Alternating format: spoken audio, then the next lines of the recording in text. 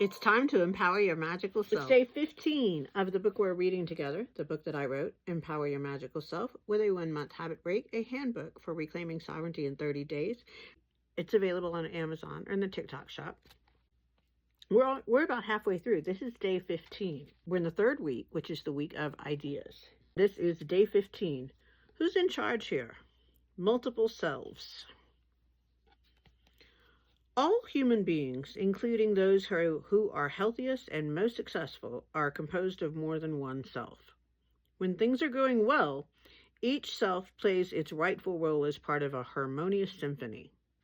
That was from a book called Symphony of Selves. We fool ourselves when we believe or behave as if the self is one monolithic identity with a definite, unified aim. Being human would probably be a lot easier if that were the case. How many times have you thought, I'd like to do that, but I can't make myself do it? Who's talking there? Who's being obstinate? Or maybe you're of two minds about a person or an issue, and you can't reconcile them to figure out what you really think. But both minds are you, right? The truth is that the vast majority, if not all of us, live as many fractional selves. And there's often great disharmony among those selves. And that's the crux of a lot of our problems. Take this habit break project, for instance. There's likely a part of you that's resistant to the break. Maybe that part of you has been pouting or otherwise acting out in protest of your efforts to improve your life. Who is that self? Does that self have a name? What's their deal? For me, that self is often Lola.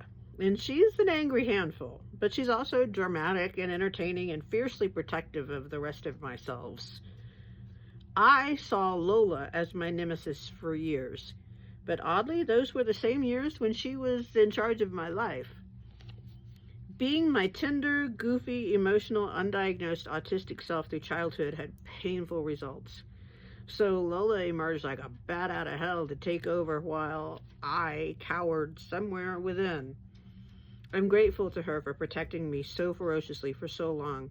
But when I began to get well, I, Leah, the person who is aligned with Source and who is who I want to continue to become, began to emerge and heal and give Lola a much needed break. All of this is pertinent because there's no way I would have ever stopped drinking if Lola was still in charge. She's still there.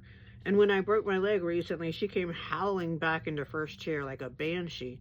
But when I'm healthy and operating in right relationship with Source and with the world, she's no longer in charge. As I write this, I'm aware of her rolling her eyes at me and telling me to just get a drink, damn it.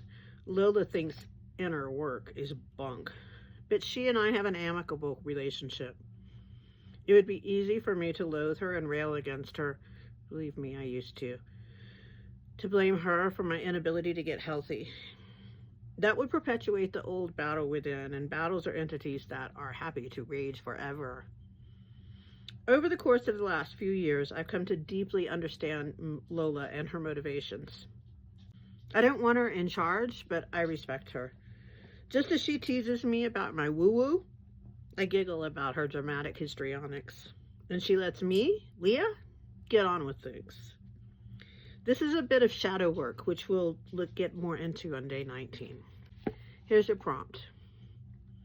Who's in charge of your inner world at the moment?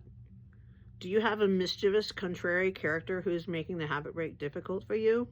If so, who are they? What's their name? How can you begin to wage peace with them? And that is the end of day 15. I will see you tomorrow. We'll talk a little bit about Reiki principles. Go empower your magical self. Off you go. Bye.